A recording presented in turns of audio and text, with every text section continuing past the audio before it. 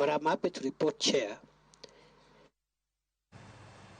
Kora jong mago kanyo gin pichna chiel kachiel kata tipo achiel kachiel koya yod bura kama bende jatend arita mapacho ka Kithure Kindiki imeda dhoge kutendre gi wechego magarita e tong' Kericho gi Kisumu. Kapod wantiere mago magarita migao mar arita Kithure Kindiki osingo tieko mibadhi mokwako chiwo oboke mag wuoth mago mogo tach apise ma Nyayo House kolose mbele komiti mar od bura okinyi ma kawuono.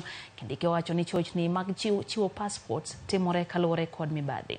Omeno ni rochruok e weche arita kod njore timore kaluwore kod koso chwalo oboke mag opande makao nyaka higni 3 korka owuogi. Bende omedo ni opande koro ibiro yude ndalo 21 kende ka bende ibiro loke obed namba mibiro keto e oboke mar tho pono ne ng'ato owito ngimane. The Department of Immigration did not have appropriations in aid. It was generating a lot of income, but it goes to Treasury, and they are left there. They can't buy even a printer worth 100 million, yet they are producing nearly 20 billion a year. So we have got some appropriations in aid now.